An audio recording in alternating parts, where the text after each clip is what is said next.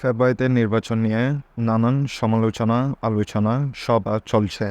কিন্তু ডাক্তার ইউনূস জানান, ২০২৬ সালে ফেব্রুয়ারিতেই নির্বাচন হবে। এটা একদম পুরোপুরি নিশ্চিত এবং সে অনুযায়ী আমাদের কাজ শুরু হয়ে গিয়েছে।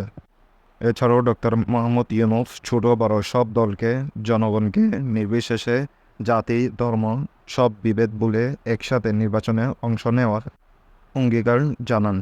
তিনি জানান, উপজাতি হোক, জাতি হোক, সবাই নির্বাচনে অংশগ্রহণ করতে পারবে।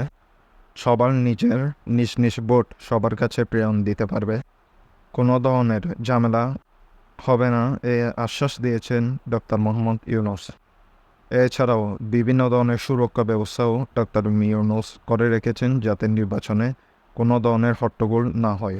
তাই বলা যায় ২০২৬ সালে ফেব্রুয়ারির নির্বাচন হবে বাংলাদেশের ইতিহাসের সবচেয়ে বড় শান্তিপূর্ণ নির্বাচন।